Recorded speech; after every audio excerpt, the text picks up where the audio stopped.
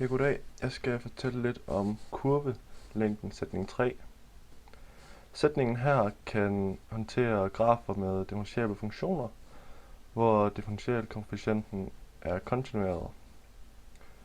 For sådan en kurve kan vi se på kurvelængderne fra kurvepunktet, hvor at x er lige med a, hvilket er starten her, og x er lige med b, hvor vi inddeler stykket her imellem i en række delintervaller, hvilket vi kalder for n.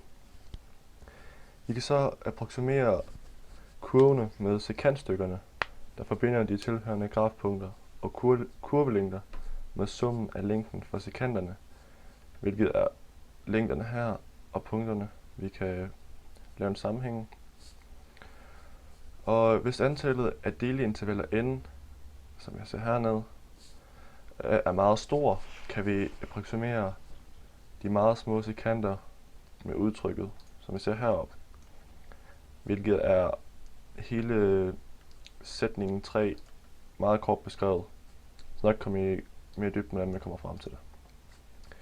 Men når jeg så erstatter sekanthældningen med tangenthældningen, lægger jeg alle kurvestykkerne sammen, som vi ser her, og så får jeg integralet her, som er kurvesætning 3. Men for at fortælle, hvordan man kommer frem til det. Først og fremmest, så har vi stykket her, som er blevet zoomet, eller lavet større her, hvor vi så tager og bruger Pythagoras a-ende plus b-ende minus c-ende, 2 kateter og hypotenusen, for så at udregne længden, kurvelængden på det stykke. Og den enkelte sekant er ifølge middelværdisætningen parallel med en passende tangent i delintervallet, og det kaldes røringspunktet.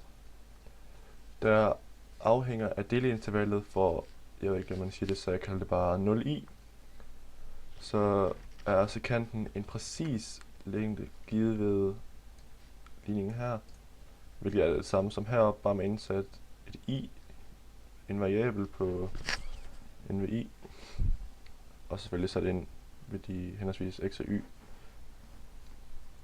Men så ved jeg også, at delta x i nu er lige med b minus a divideret med n delintervaller, antal delintervaller. Summen af sekantlængderne ser vi her i over 0,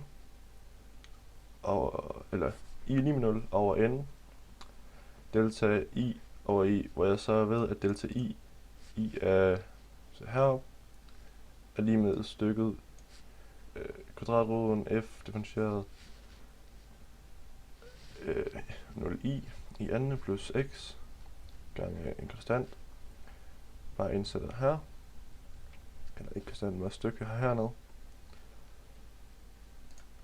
Og derfor er middelsummen for integralet stykket, vi ser her, hvilket er kurvelængdesætning 3. Men lige for at gå mere i dybden med Pythagoras. Først så benytter vi Pythagoras til at komme frem til ligningen.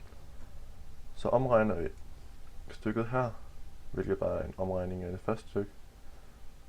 Og så har vi fået plus 1 gange stykket, vi har her uden for kvadratet.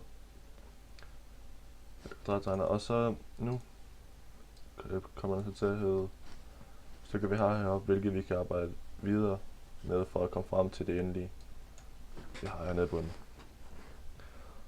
Og når n går mod uendelig, vil middelsummen konvergere mod integralet. Så ja, det var det, jeg havde.